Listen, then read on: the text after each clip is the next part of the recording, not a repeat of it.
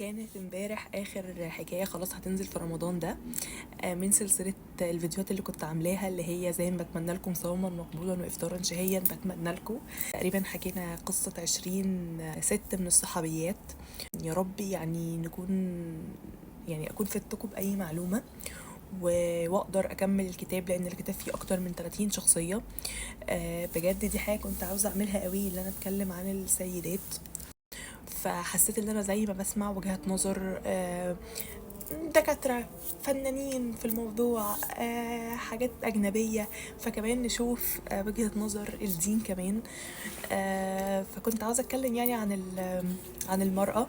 فحسيت إن ربنا ألهمني بده، وسبحان الله هو التايمينج أو التوقيت اللي ربنا اختاره، لأن كان ساعتها قبل رمضان كان ست البلوجر اللي ماتت على إيد جوزها، واللي كان المفروض شغال في حاجة تبع حقوق المرأة. فحسيت ان هو ده التوقيت، ان القصه ملهاش علاقه بجمعيات، القصه ملهاش علاقه بجنسيات، هي القصه ليها علاقه بفكر. انت شايف ايه؟ يعني شايف فعلا المساواه ازاي، او شايف العلاقه بين الرجل والمراه ازاي، شايف المراه ازاي؟ بس فهي رؤيه وفكر، ملهاش علاقه بحاجه يعني. انت تقدر تقرا في كل حاجه وتكون وجهه نظرك الشخصيه، اللي اكيد طبعا مش هتبقى عادله بنسبه 100%. اكيد هتخش تربيتك، ثقافتك، نوعك فيها.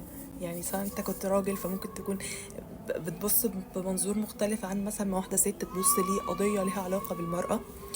بس ايا كان، يا رب تكون سلسله الفيديوهات نورت لكم اي حاجه. ودايما بتمنى لكم كل الوعي الخاص بازاي نقدر نفهم بعض احسن، سواء راجل يفهم ست او ست تفهم راجل، ونبطل الصراع اللي بلا هدف. لان في الاول وفي الاخر احنا ربنا خلقنا مع بعض الحكمه، فصراعنا ده هيتعبنا احنا، لكن هيفضل الراجل والست موجودين مع بعض لغايه يوم القيامه. بتمنى لكم عيد سعيد ان شاء الله، كل سنه وانتم طيبين.